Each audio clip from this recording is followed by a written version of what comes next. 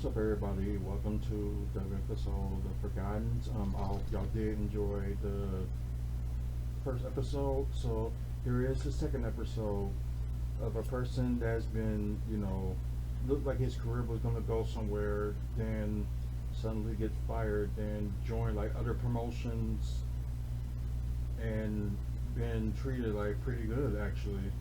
So was one of the talk of the towns, and also he had a mouth on him too. So, but anyway, let's get to this next person. Is none other than Mr. Kennedy or Mr. Anderson, wherever you want to call him. So, check it out. Mr. Anderson, or you can call him Mr. Kennedy. Either one will work. Born in March 6, 1976 in Wisconsin Rapids, Wisconsin. But spent like the rest of his like childhood in Green Bay.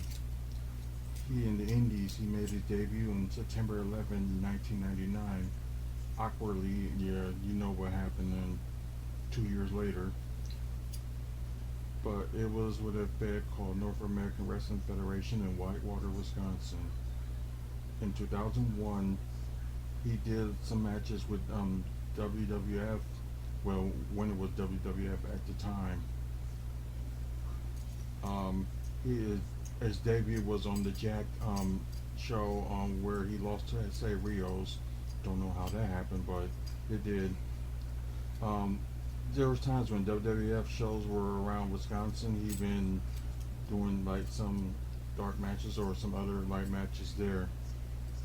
Officially signed by WWE in February 2005, he went to OVW for development. He was there for like 6 months before he been called up.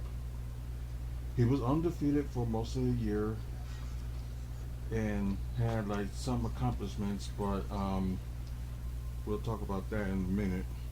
But was released May 29, 2009. Due to an interview he'd done with WrestleZone, that that they said that he was a dangerous worker, which we don't know the official stint of that.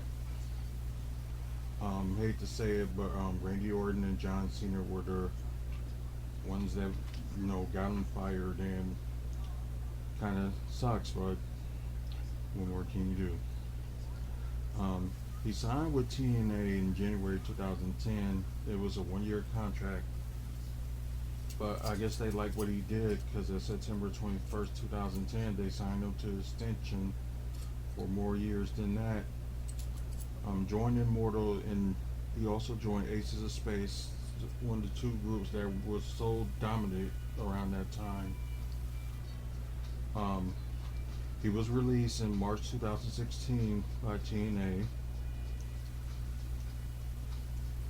Then had a brief run at NWA in 2019. Here's some of the accomplishments that he made, especially some local ones like here in Wisconsin. He was a 4-time ACW champ, 3-time tag team champ of ACW, and a former television champion in ACW, and also in their Hall of Fame in 2009. He is also a former Great Lakes Championship Wrestling champ, also former RCCW champion as well. And here's are the main accomplishments: a 2-time TNA champ, a 1-time United States Championship in WWE, and was the winner of the 2007 Money in the Bank. And seems like it was going to be so promising that year for him, although he mentioned that WrestleMania was going to be where he's going to cash it in. But with an injury that happened, he ended up losing it to Edge later on in that year.